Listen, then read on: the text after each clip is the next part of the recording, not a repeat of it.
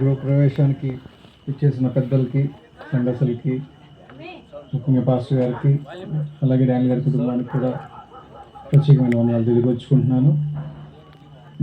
దేవుడు ఎలా ఏర్పాటు చేశారో తెలియదు కానీ మా యొక్క చిల్డ్రన్ హోమ్ దగ్గర పిల్లల్ని నేను యూఎస్ పంపిస్తున్నప్పుడు మెడికల్ కాలేజ్కి, అప్పుడు ఆయన ఆ పిల్లల్ని చూసి అమ్మా నాన్న లేని పిల్లల్ని ఎలా చేయగలుగుతున్నారని చెప్పి కాసేపు ఉండి వాళ్ళతో స్పెండ్ చేసి ఆ సంవత్సరం నుండి 2017 సంవత్సరం నుండి ప్రతి వారం 2 సార్లు సరే కాల్ చేసి మాట్లాడడం, నేను వాళ్ళ ఇంటికి దగ్గర రావడం, నెలకు ఒకసారి అయినా సరే, నేను రాకపోయినా సరే నాకు ఫోన్ చేసి ఎలా ఉన్నారు రండి అని చెప్పడం.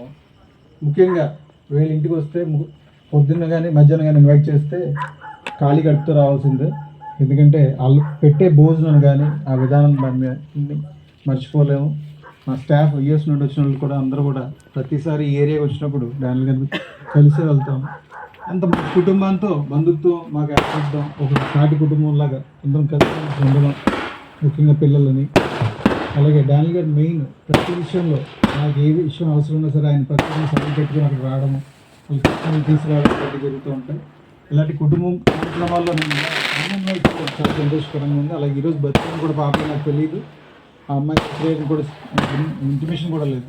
దేవుడు చెప్పిన ప్రకారం బర్త్డే నాడు ఈరోజు గృహప్రవేశం చేయడం చాలా సంతోషకరం. మా ప్రార్థనలో మీరందరూ కూడా మాకు ప్రార్థన చేయండి. అలాగే మినిస్ట్రీ కొరకు మా దగ్గర అనాథ పిల్లలు కూడా దాదాపు 2000 మంది అనాథ పిల్లలు మా దగ్గర ఉన్నారు. దాంట్లో 40 మంది ఈ ఆకాశంలో నుండే అమెరికాలో మెడికల్ కాలేజ్లో చదువుతున్నారు. నేను ఏం చదివిస్తున్నాం, సో వాళ్ళ కొరకు కూడా ప్రార్థన చేయండి. Thank you so much.